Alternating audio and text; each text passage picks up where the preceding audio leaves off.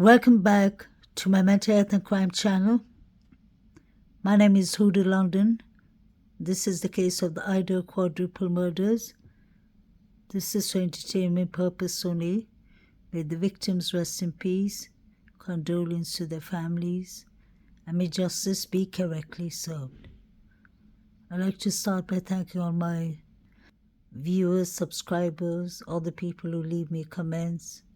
I really appreciate your kindness and your support and your mindfulness. Bed Crime Stories, I believe, is a channel. I address my content about people just making content about this case. And she spoke about this here. This is the reason the channel is called Bed Crime Stories.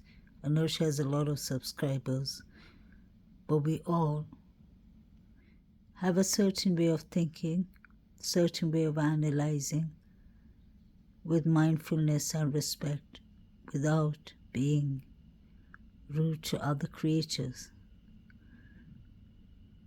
It's all right that you follow the facts that you are being given, and you don't want to have a critical thinking, because I've watched your channel and I've never said anything rude or disrespectful about your content. So let's keep it respectful. We are adults. If you don't appreciate my content, that is up to you. You don't need to watch my channel. And in fact, you reminded me. This is about critical thinking. Why are these 4 shoes hanging? 6 weeks, 7 weeks after the murders. You can Google it up. It has different meanings. It's not only for memories. Sometimes it's crime organization, people claiming territories. Why exactly 4 sets of shoes?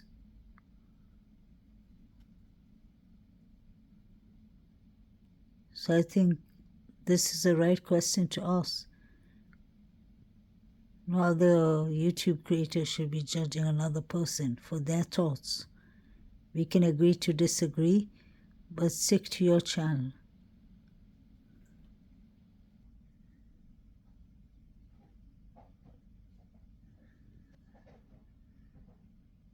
(1122) Kings Road had lights on the backyard.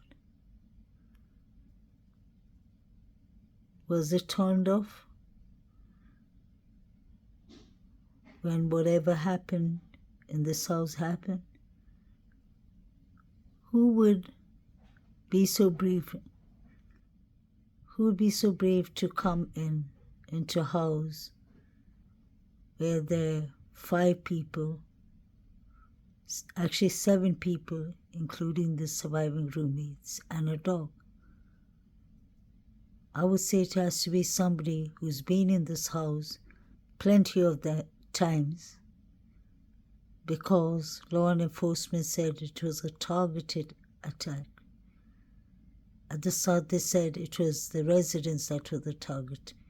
Later on they said it was the occupants that were the target.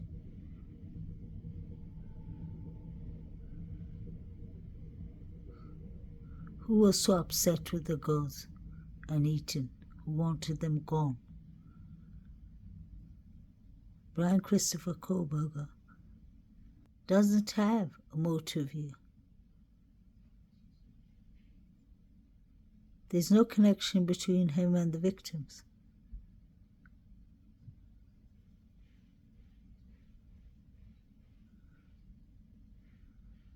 Is that why he said he'd get exonerated, although that's the wrong term?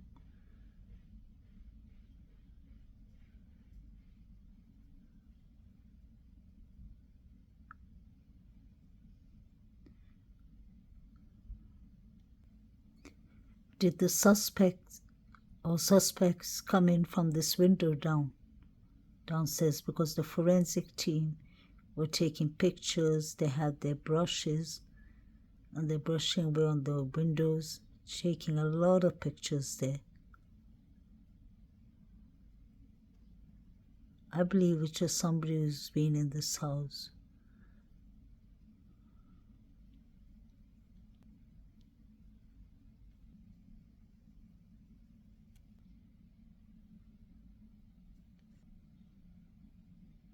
The group that ran away.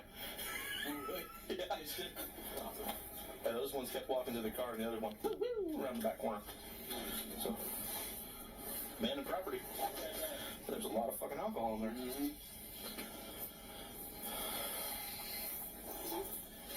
Like a lot. I want to know what sorority lives here. Yeah,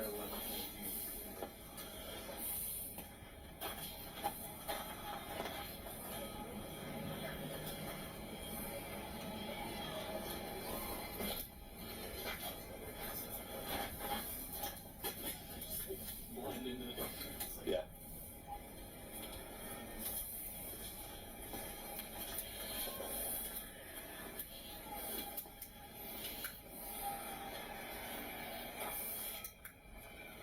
Well, that's all the way over there. Just everyone fucking ran away? They're not gonna come back? Do you think I'm gonna leave?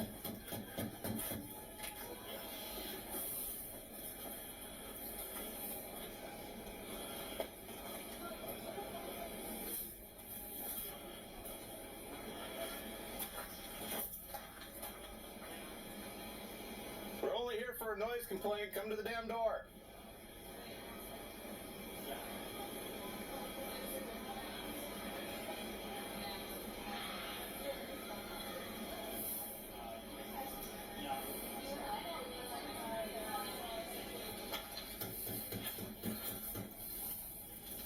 Teach you how to knock. Search. Just read for a bell. Alright.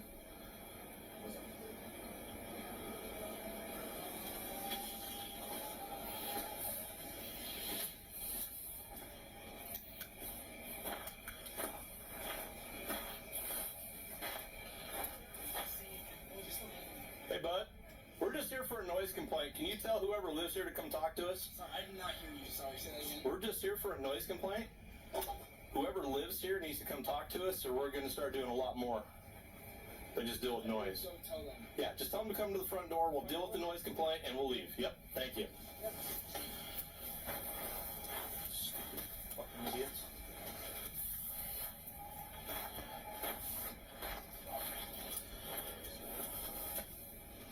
So somebody was using this room. You have eaten his golf clubs.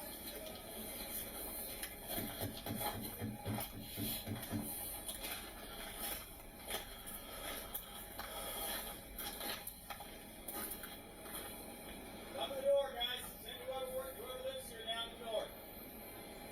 Not leaving.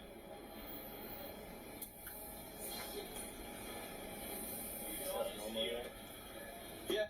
Yeah. For the most part. They're scared. Oh my god.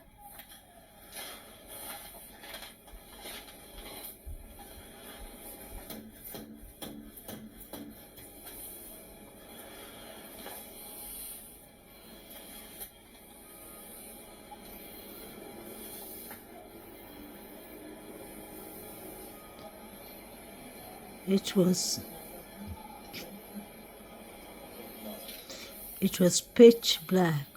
So imagine how dark it was that night for the girls to come home, and especially for Ethan and Zana.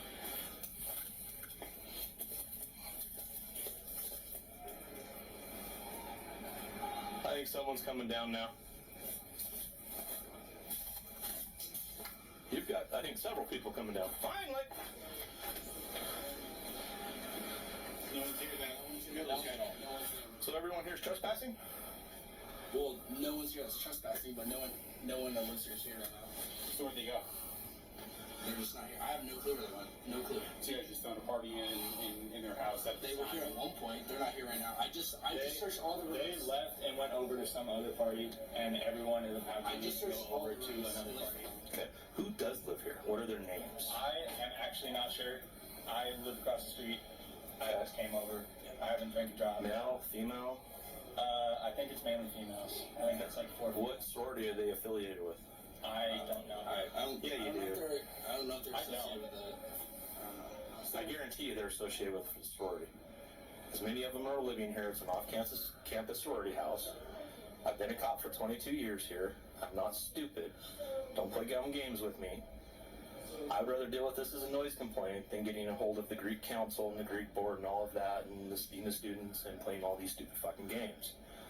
All I want to do is deal with the noise complaint. Because I guarantee you there's a lot of underage drinking because they left their alcohol behind. Do you want us to try and get a name or a phone number? Please, and if you could. call someone? We just need to talk to somebody who lives here, because otherwise I have to be under the assumption you guys are unlawfully entered because no one lives here is here. Okay. Right? We'll go. So I need to verify that there was a party here. Now everyone left, so thank you. Thanks, guys. I'm not trying to make your life. I understand. I just letting you know this is how it's going to play out. I'm not going anywhere until I talk to somebody who actually lives here. You guys have a number for us, that way we can get some sort of communication between us and them. No. Yeah. Okay. Thank you. Yeah. Thank you. Both these young men are from Sigma Chi. Hunter Johnson on the left is the one the surviving roommates called before 911 after 8 hours. The young man on the right, I think I found out who he is. I'll show you his picture. He's on the Sigma Chi too. I think it's this young man on the left is the guy who opened the door with Hunter. The one on the left. He looks a lot like him. So I believe he's from the Sigma Chi too, because these are the Sigma Chi fraternity, and you can see each in there, may rest in peace. What is strange about this picture is look straight down out of the window and you see 1122 Kings Road.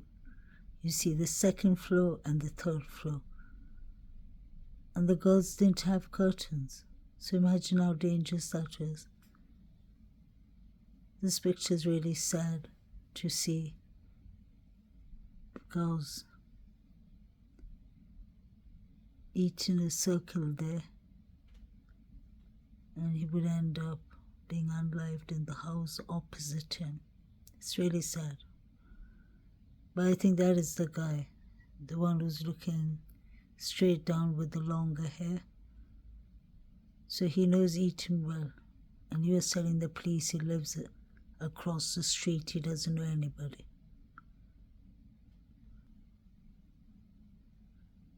Coming up next week right here on Channel 7, Moscow a year later. Monday marks a year since the horrible murders of 4 students from the University of Idaho.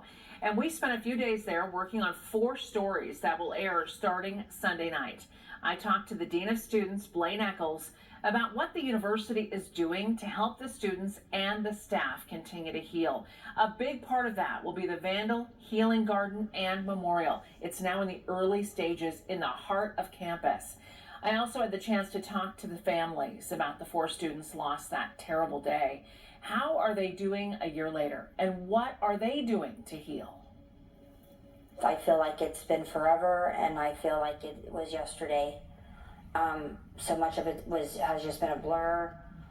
I know that it's been tremendously painful, and I know that that's still coming, and it's not over, and I don't think that it will ever be over.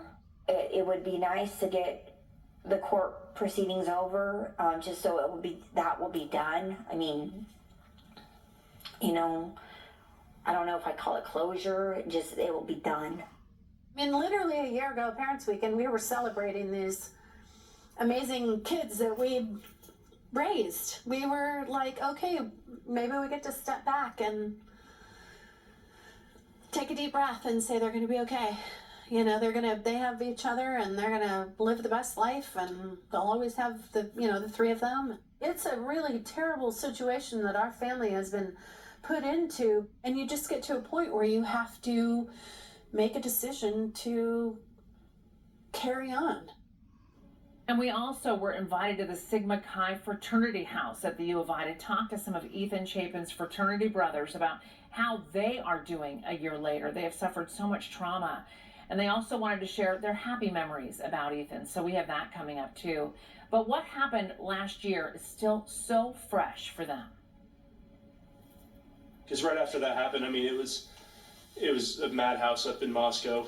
There's news people everywhere, and I don't know, it was just no one knew what was going on, really, because stuff like that doesn't really happen in a time like this. But I think as a house, we all banded together. It was hard because a lot of people went home right away, and honestly, when I was home, that was not what I needed to be doing. Like, I think a lot of people can agree. I felt way better when I was up here with my brothers rather than being at home kind of by myself. Like, I mean, I was with my family for sure, but it's just having that support system, like I said earlier, is huge. And when something like that happens, a support system that's already built is where I needed to be. I needed to be around these guys, talking about what I was feeling, talking about maybe we want to talk about memories of the year. Be sure to join us starting Sunday night at 10 for these stories that we put together from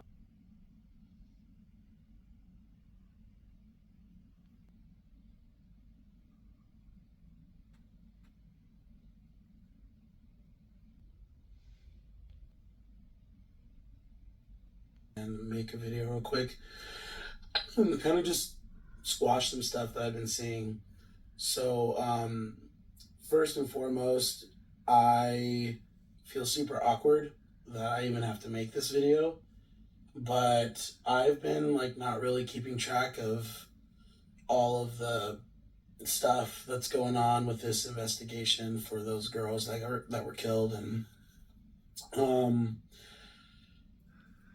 to start off, like the very next day when they had announced the murders and when they had shown the photos, as soon as I saw the photos, I messaged the two people that were in that video that I was talking to, my neighbor and then another guy that we had met earlier that night who I thought was really cool. And we invited him to come with us to GRUB bus. I was like, hey, weren't two of these girls at the GRUB bus with us last night? And they couldn't remember, but they were also very drunk, and I was not. So there's a drink called a Larry Craig. That's like a really popular drink over here. I did have one of those at Corner Club, but I mean, other than that, I was totally sober.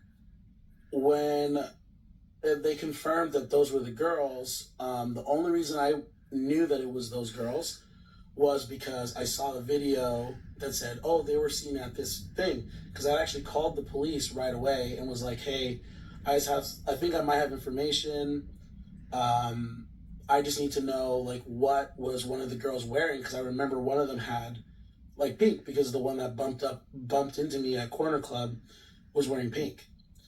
But nobody called me back from the police, and I was like, okay, they're probably just swamped with information, probably whatever. But then when the video came out and people were like, no, those were the girls, and those two people were like, dude, those were the girls, I was like, okay, I'm gonna physically go to the police station and talk to the police. I told the police everything I saw, which is different than what I think is going out there right now. And I was just waiting for food. I'm just like everybody else in town that waits for food at the GRUB bus. It does take a while. Everybody goes there. And so that was kind of the thing. It was like, no, if you're ending the night, you end it at GRUB bus. But other than that, I don't really have any like crazy information. I don't know why everybody's reaching out to me. I don't know why so many people are trying to spin things around. And so what I've decided to do is that I'm only commenting on things that are like ridiculous, so try and give clarity. But man, people are really turning this into something it's not. Sorry, I had to do this in two parts because there's a lot. And I'm also shivering. It's cold. I'm in my truck. Yeah. So I want to address a few things specifically One being the news article that came out was the first person that I actually like talked to with the news media. A lot of media outlets have reached out to me, and I've just ignored them because I just was like, man, I just was waiting for food. Like, I have nothing to add. I've given all the helpful information I can to the police. It would make zero sense for me to give any more information to random people. But these rumors that are going around were just like crazy, and I didn't have a bad vibe from the guy that people were dragging through the mud. I don't know if he did it or not. I don't know. I'm just saying, like, I could speak to the vibe I got from him, which was all people really wanted to know at first anyways, and I thought he was fine. Now, the news outlet that I talked to, I mean, he really embellished some stuff I said and added his own words to things and kind of changed the verbiage. I wasn't defending anybody. That's one thing he said. I wasn't defending him. I was just saying people need to stop spreading rumors because that could ruin his life. What if he's innocent? It would ruin his life. The other thing he said is that I noticed him come in with the girls. I didn't notice him come in with the girls. I didn't notice him till I cracked the joke to the frat guys because I thought it was ridiculous that it was like freezing outside and that guy was in a tank top. So Jovito said when he cracks a joke with the frat boys. So that clearly shows that he knows them. I didn't notice him come in with the girls. I didn't notice him till I cracked the joke to the frat guys because I thought it was ridiculous that it was like freezing outside and that guy was in a tank top. So I just made a joke because that's how I make friends. I don't know. But that's when the guy chimed in and I noticed him. I didn't notice him until that moment. When I was at Corner Club, when I said ew, some people were like, "What? That's such a weird thing to say. Why would I?"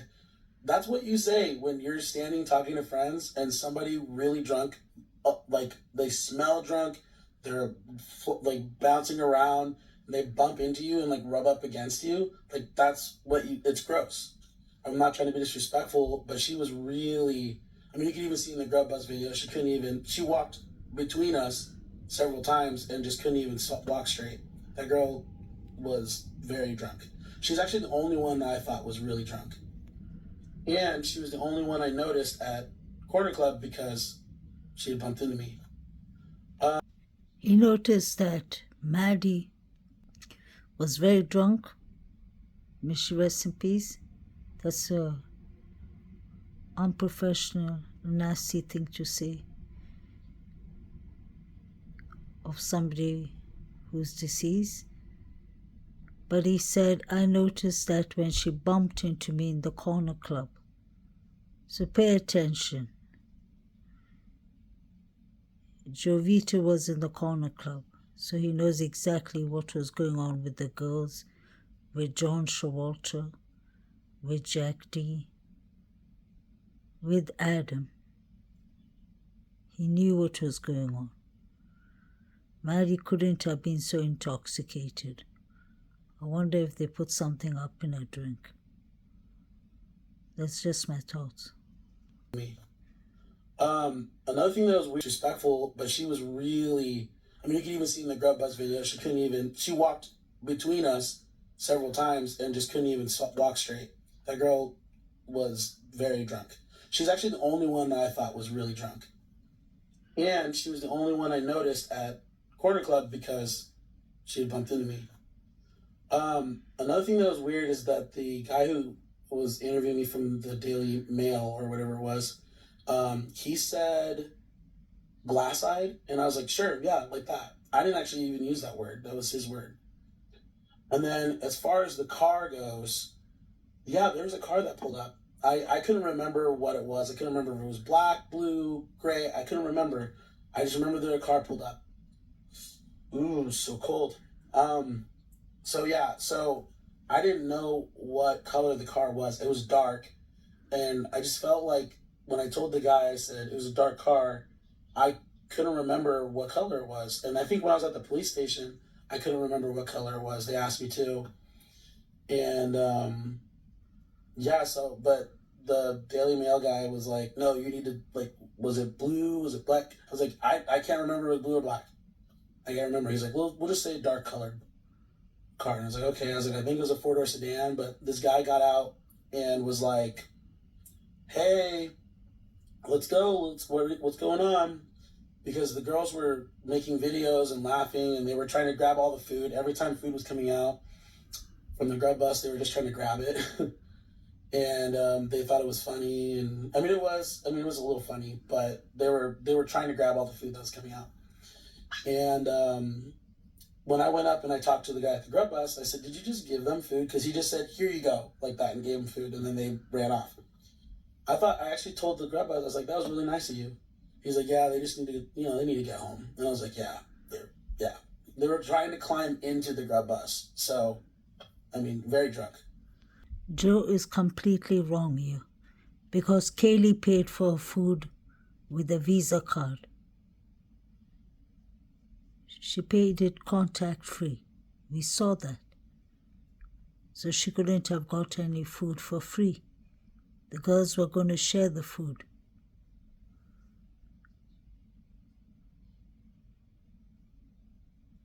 Get home. And I was like, yeah. They were trying to climb into the GRUB bus. So, very drunk. KAYLEE and MADDIE weren't trying to climb into the GRUB truck.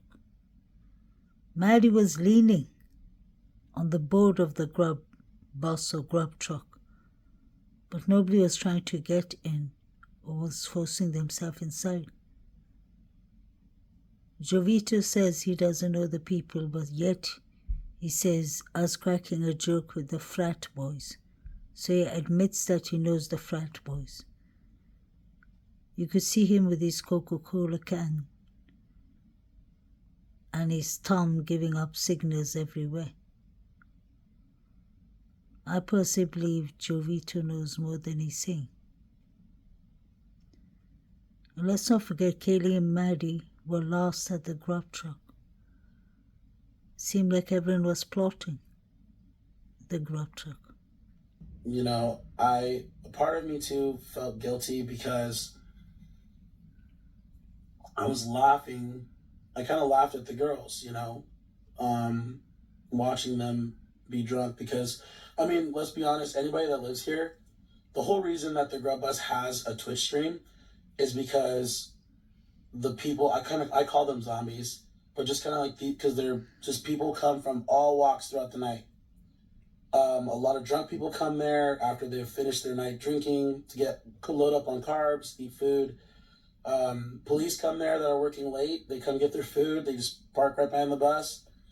People like me come there who just want pasta in the middle of the night. It's all walks of life, all people. But it makes for an interesting crowd pretty late, and so they always live stream it. That's the reason they live stream it. So Joe might have been the suspect. Dude, I have cameras in my house. I literally have the time I walked in my house. The girls were still alive at that point. And I have a can of soda that I had in my video, have it in my hands, walking into my house. So, yeah, it wasn't me, I promise. How did Jovito know that when he walked into his house, the girls were still alive? Let's not forget, this interview was made 2 days, 3 days after the quadruple murders, or the next day. How would he know that? That the girls were alive then?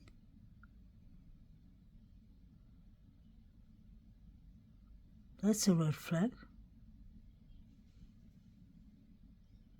Strange. Joe might have been the suspect. Dude, I have cameras in my house. I literally have the time I walked in my house. The girls were still alive at that point. And I have a can of soda that I had in my video, have it in my hands, walking into my house. So, yeah, it wasn't me, I promise. Pay attention to what Joe says now. Yeah. I just wanted to help. Part of me too felt guilty because I was laughing. I kind of laughed at the girls, watching them be drunk because, let's be honest, anybody that lives here, the whole reason that the GRUB bus has a Twitch stream is because the people, I call them zombies, but just kind of like because they're just people come from all walks throughout the night. A lot of drunk people come there after they've finished their night drinking to load up on carbs, eat food. Police come there that are working late. They come get their food. They just park right behind the bus. People like me come there who just want pasta in the middle of the night. Yeah, it's all walks of life, all people. But it makes for an interesting crowd pretty late, and so they always live stream it. That's the reason they live stream it. But it makes for an interesting crowd pretty late, and so they always live stream it. That's the reason they live stream it.